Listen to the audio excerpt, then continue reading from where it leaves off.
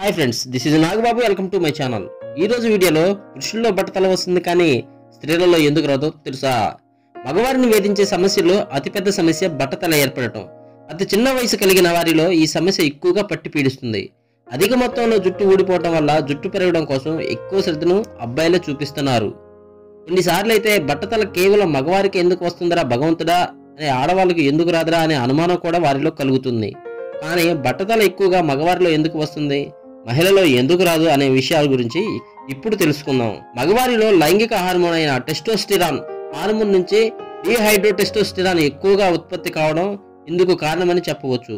ఈ డీహైడ్రోటెస్టోస్టిరాన్ హార్మోన్ ఎక్కువగా ఉత్పత్తి అవ్వటం వల్ల మగవారి జుట్టు పొడవుగా పెరగదు.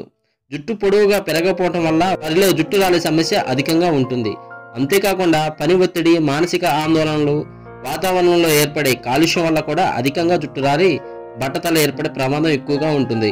ఆడవారిలో ఇలాంటి హార్మోన్లు చాలా తక్కువగా ఉత్పత్తి కావటం వల్ల వారిలో జుట్టు ఊడిపోకుండా ఒత్తుగా పెరుగుతుంది. మహిళల్లో కూడా ప్రసవం తర్వాత వారి శరీరంలో హార్మోన్లు అసమతుల్యత అంటే ఎక్కువ తక్కువ అవటం వల్ల అధికంగా జుట్టు రాలే సమస్యను ఎదుర్కొంటారు. అంతేకాకుండా మగవారిలో అయినా స్త్రీలలో అయినా దీర్ఘకాలిక సమస్యలతో బాధపడే వారికి జుట్టు రాలే సమస్య అధికంగా ఉంటుంది.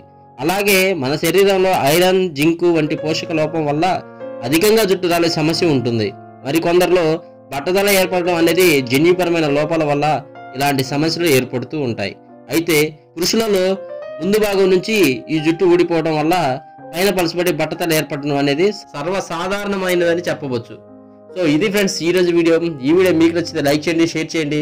అలాగే మరిన్ని ఇంట్రెస్టింగ్ వీడియోస్ కోసం మన ఛానల్ని సబ్స్క్రైబ్ చేయండి. Thanks for watching this video.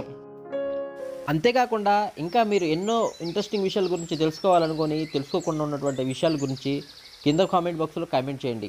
మీరు తెలుసుకోవాలనుకున్న ఇంట్రెస్టింగ్ విషయాల్ని నేను రీసెర్చ్ చేసి వాటి గురించి మీకు ఎక్స్ప్లెయిన్ చేస్తాను.